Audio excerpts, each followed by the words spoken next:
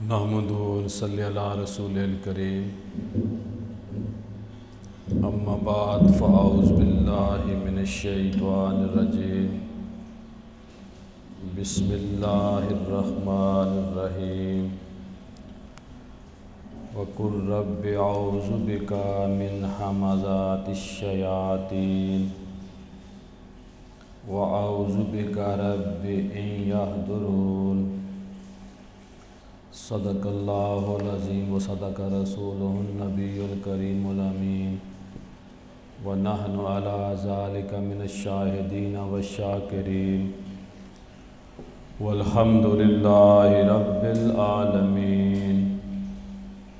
इन्नल्लाह व मलाइकतहु युसल्लूना अलन नबी या अय्युहल्लज़ीना आमनू सल्लु अलैहि वसल्लिमू तस्लीमा। अल्लाहुम्मा सल्लि अला सय्यिदिना मौलाना मुहम्मदिन व अला आलि सय्यिदिना मौलाना मुहम्मदिन व बारिक वसल्लम। अल्लाह पाक का करम है कि उसने हमें रमज़ानुल मुबारक की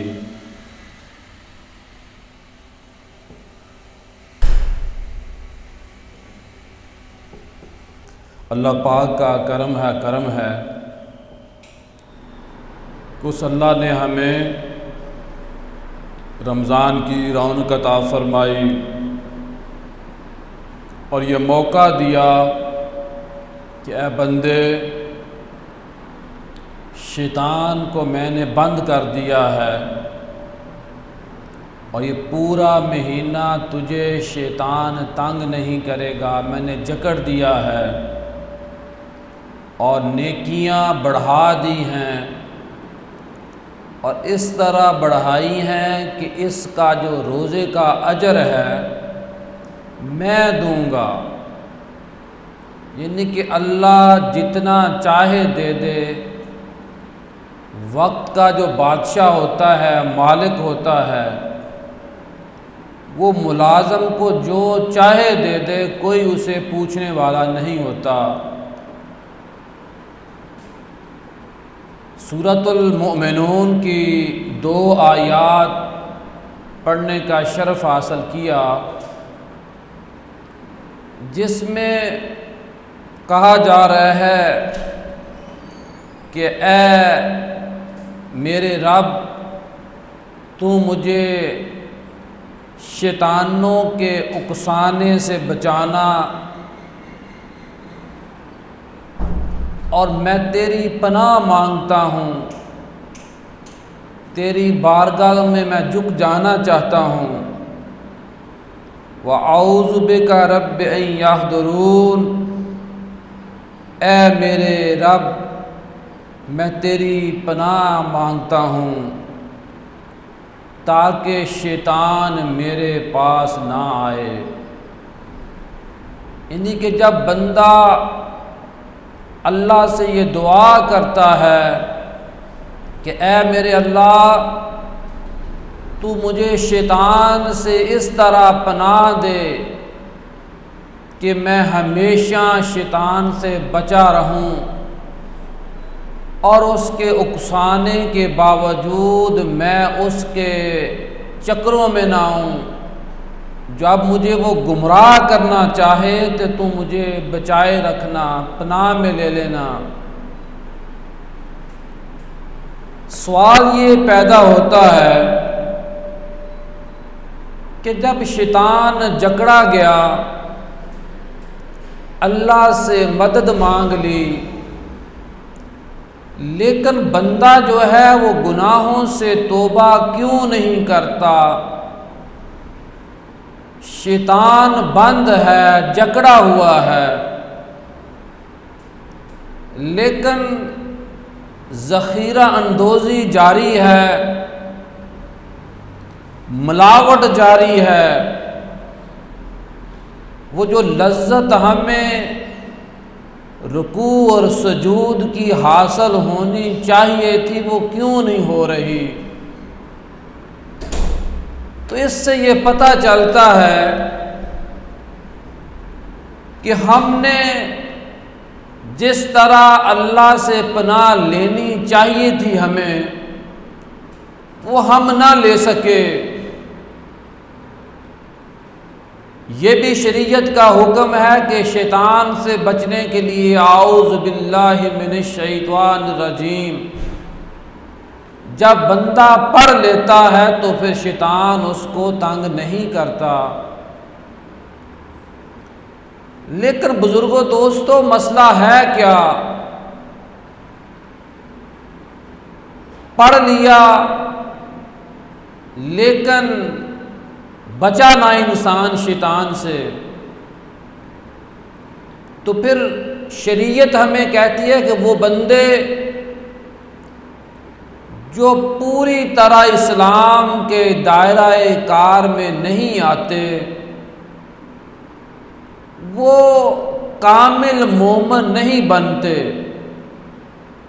वो इकबाल ने भी कहा था ना कि ज़बान से कह दिया ला इलाहा तो क्या हासिल, दिलो निगाह मुसलमान नहीं तो कुछ भी नहीं। क्या बंदे, तूने मुझे पुकारा लेकिन तेरे पुकारने का अंदाज क्या था? तूने किस अंदाज में मुझे पुकारा? तूने क्या ये पुकारने से पहले अहद किया कि अगर मैं खुद मिलावट वाली चीज़ को अपने घर वालों के लिए पसंद नहीं करता तो मैं अपनी दुकानदारी के दौरान अपने काम काज का जो मेरा मामला उसमें मिलावट नहीं करूँगा। जो मैं मसनूआत बना रहा हूँ, दवाई मेडिसन कोई चीज़ भी, उसमें मिलावट नहीं करूँगा। जब बंदा खुद ये चाहता है कि मुझे चीज़ सस्ती मिल जाए, एक हद से ज़्यादा मुनाफा लेने वाला मुझसे मुनाफा ना मांगे, और जब कोई गाहक मेरे पास आता है तो क्या बंदे ने खुद उस आने वाले गाहक से एक हद से मुनाफा ज़्यादा लिया? क्या खुद जो बंदा किसी के यहाँ मुलाजमत करता है उसने मुलाजमत के वक्त पूरी दयानतदारी से काम किया? ये वो चीज़ें हैं कि जब हम ये चाहते हैं कि दूसरा मुझे इज्जत दे, दूसरा मेरा एहतराम करे, मेरी तनख्वाह बढ़ जाए, मेरे रिज़्क़ में बरकत आ जाए, तो इंसान वो इंसान है कि जो खुद तो चाहता है कि मुझे इज्जत मिले, मेरा एहतराम हो, मुझे खालस चीज़ें मिलें, मुझे मिलावट वाली चीज़ ना मिले, सब्ज़ी फ्रूट सस्ता मिले, पेट्रोल सस्ता मिले।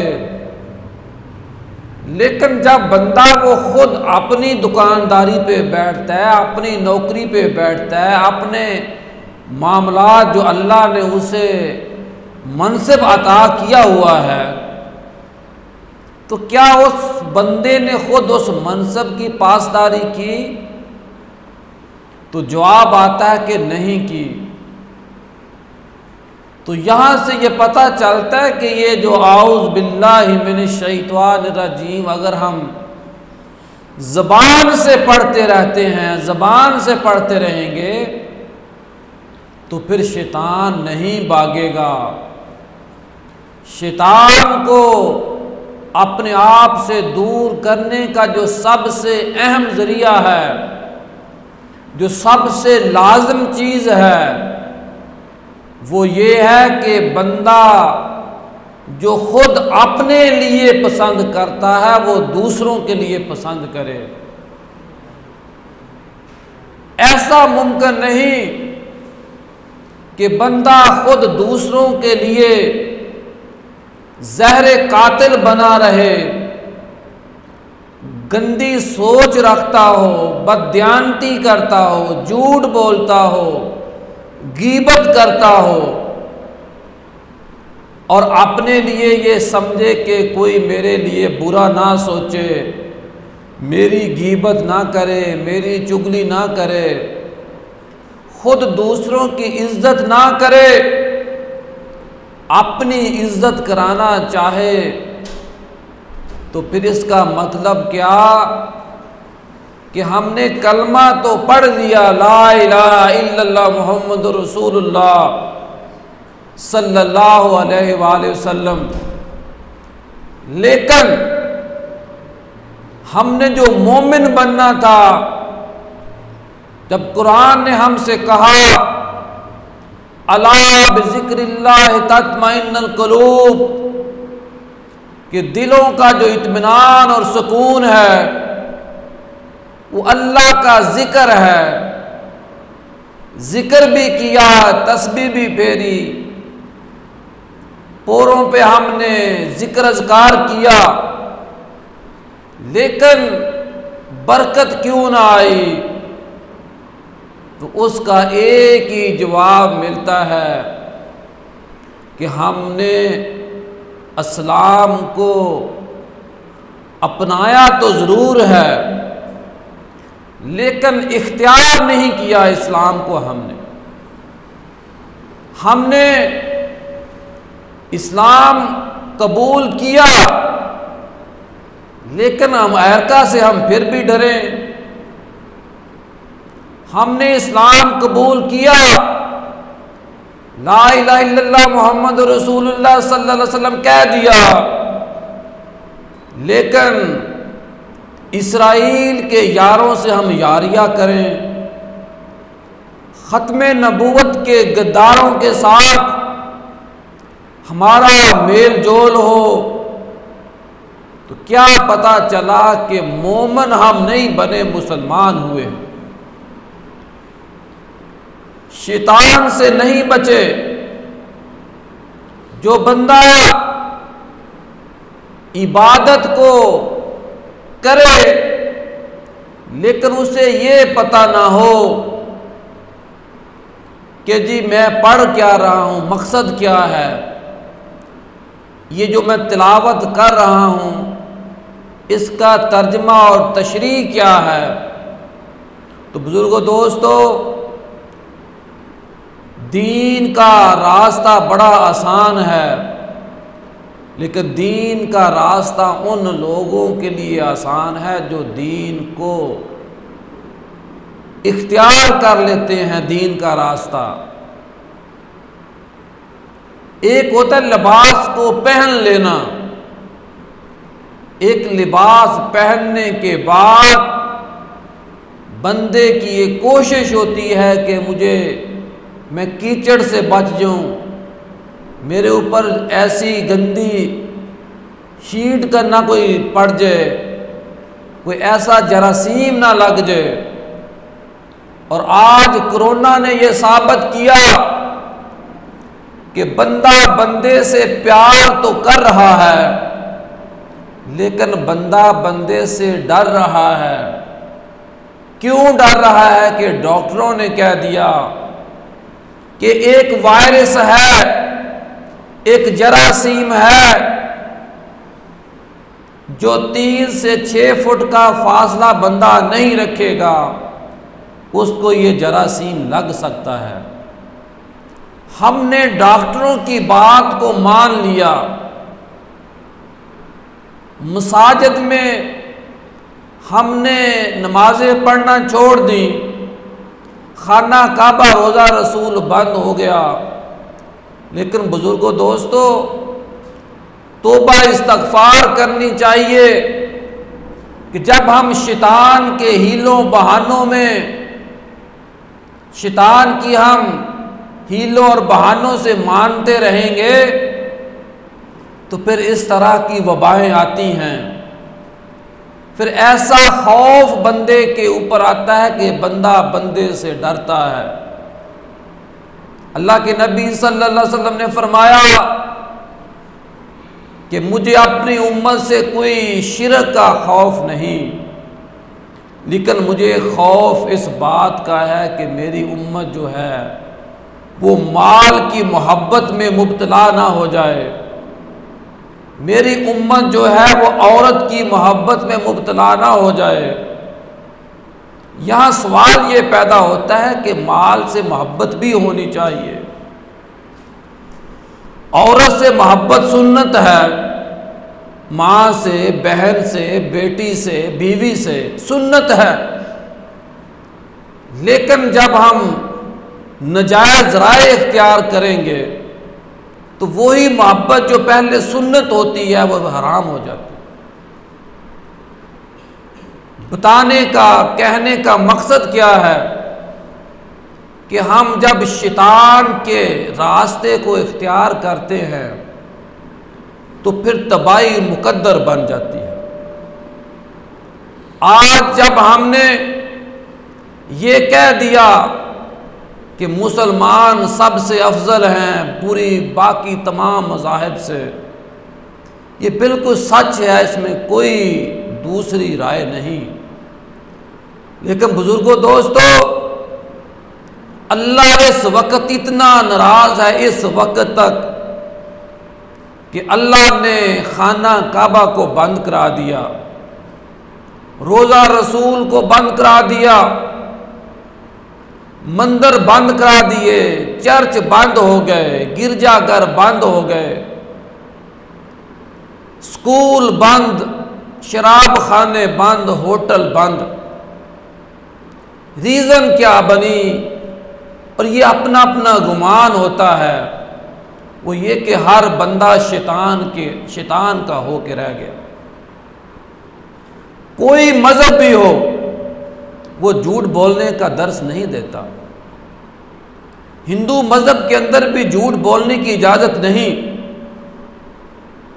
जब शराब हराम हो गई, ईसाई मजहब के अंदर शराब पीना हराम है, तो जब पाकिस्तानी मुसलमानों ने ईसाइयों के नाम पर शराब के परमिट लेने शुरू कर दिए, लाइसेंस बनवाने शुरू कर दिए, तो बुजुर्गों, दोस्तों, सोचे फिर ये वबाएं ना आए तो क्या करें।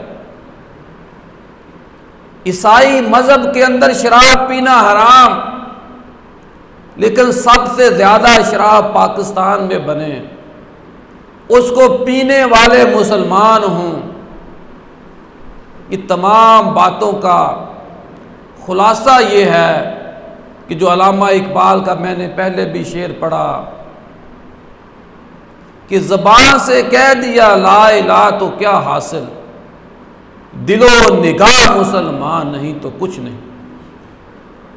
इस चीज़ को अपनाने की ज़रूरत है।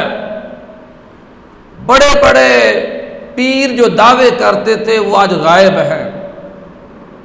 बड़े बड़े जो लिबरल सेकुलर लोग ये समझते थे कि हम शराब खानों में जाएंगे, हम जुए के अड्डे चलाएंगे, लेकिन आज उनकी हर चीज़ अल्लाह ने बंद कर दी। इस कोरोना के अंदर अल्लाह पाक ने कुछ लोगों को ऊपर अजाब नाज़िल किया है। कुछ लोगों को अल्लाह पाक ने ये नसीहत दी है कि बाज आजो, वार्निंग दी है। और डॉक्टर हजरात कह रहे हैं ये कोरोना इतना हल्का है कि 3 से 6 फुट के फासले के बाद इसका जो असर है ख़त्म हो जाता है। हवा,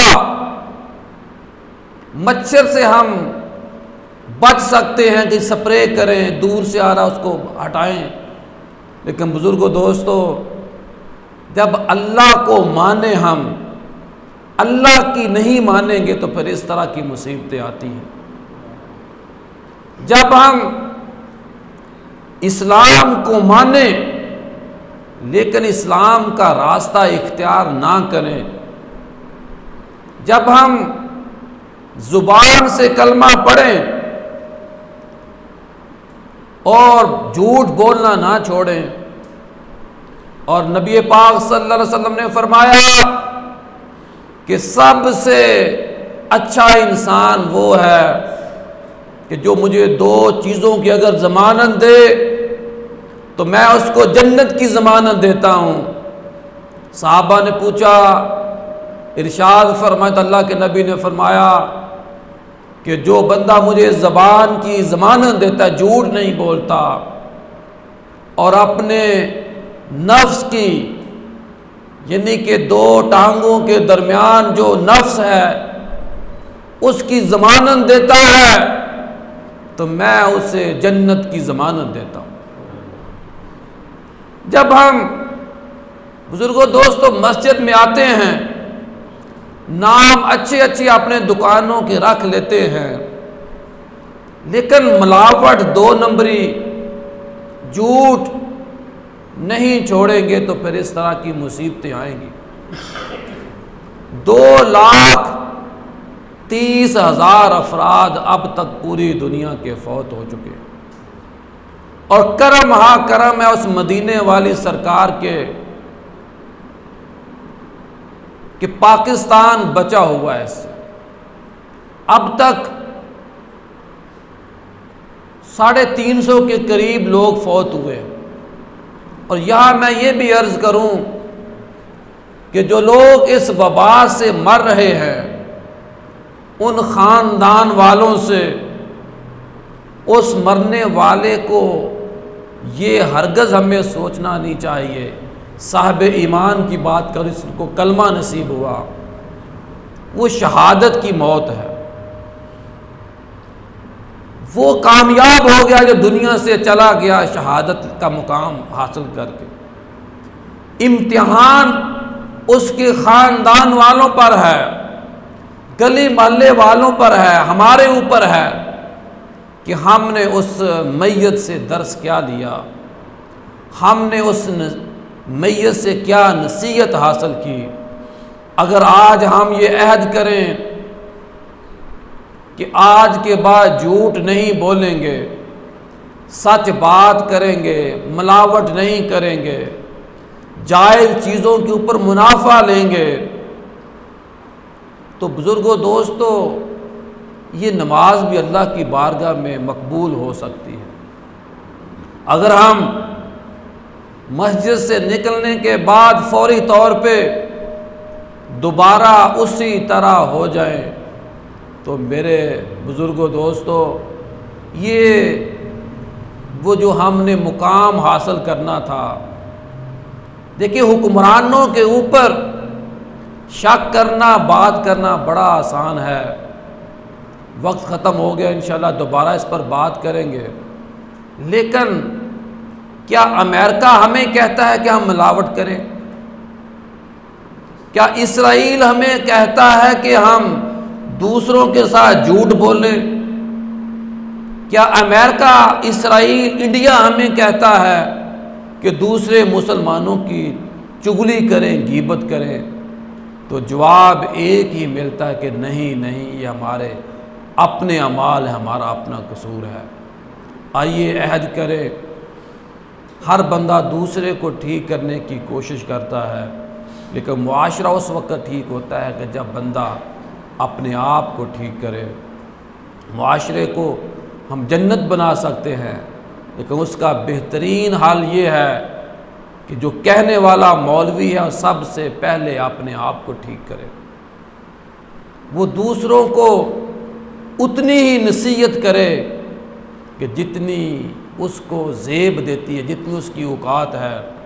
आज मैंने जुमा 5-6 जुमे के बाद पढ़ाया है, क्योंकि 22 अप्रैल को सबसे पहला शरई इलामिया इस बंदा नचीज़ ने दिया था कि ये इख्तियारात हमें इस कोरोना से बचने के लिए करने चाहिए, और कुरान व सुन्नत के मुताबिक फ़तवा दिया था। मेरे ऊपर तनकीद भी हुई, बड़े लेवल पर हुई, लेकिन जब गवर्नर हाउस में इजलास हो रहा था, सदर पाकिस्तान इस्लामाबाद में थे, सिंध में इजलास था, उसमें पूरा हम अपना उसकी सेटेलाइट के ज़रिए वीडियो कॉन्फ्रेंस हो रही थी, तो मैंने सदर पाकिस्तान को वहाँ मुखातब करके कहा और तमाम मसालक के जो जय्यद मुफ्तियान कराम जो इल्म अमल उम्र के एतबार से मुझसे बड़े थे, मैंने उनसे कहा कि हजूर आप लोगों का बहुत शुक्रिया कि आपने इंसानों को बचाने के लिए 20-22 दिन बाद मेरे फतवे की हमायत की है। मैंने फतवा इसलिए दिया था, आखिरी बात, कि सबसे पहले मुकद्दम इंसान है, मुसलमान मोमन सबसे मुकद्दम है। खाना काबा से ज़्यादा हुर्मत मोमन की है, मुसलमान की। जिसने एक इंसान को कत्ल किया गोया उसने पूरी इंसानियत को कत्ल किया, जिसने एक इंसान को बचाया उसने पूरी इंसानियत को बचाया। इंसान रहेंगे तो खाना काबा भी आबाद हो जाएगा, इंसान रहेंगे तो मस्जिद नबी भी इंशाअल्लाह बहाल होगी, इंसान रहेंगे तो ये दरगाहें मसाजिद भी आबाद हो जाएंगी।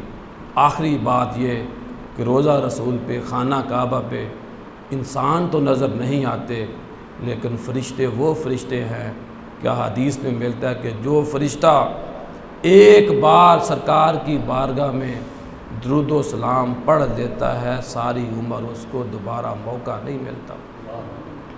मखलूक मौजूद है लेकिन गुनाहों से पाक मखलूक वहाँ दुरूद व सलाम पढ़ रही है। लब्बैक अल्लाहुम्मा लब्बैक की सदाएँ बुलंद हो रही हैं, लेकिन पापी झूठे दगाबाज 2 नंबर लोगों की नहीं, मखलूक पाक की। कितने लोगों ने हमने हाजी बन गए, हज कर लिए, उम्रे कर लिए, क्या उस हज को हमने ऊपर अपने नाफिज किया? हमने उम्रे किए, क्या हमने उस उम्रे के ऊपर अपने नाफिज किया? जब इस्लाम को हम अपने ऊपर नाफिज नहीं करेंगे तो फिर इस तरह की वबाएँ आएंगी, उसमें मौलवी भी फंसेंगे, पीर भी फंसेंगे, हुक्मरान भी फंसेंगे, उसमें चर्च के पादरी भी फंसेंगे। आइए अहद करें कि इंसानों से प्यार करें। जब हम इंसानों से प्यार करेंगे तो अल्लाह हम पर मेहरबान हो जाएगा।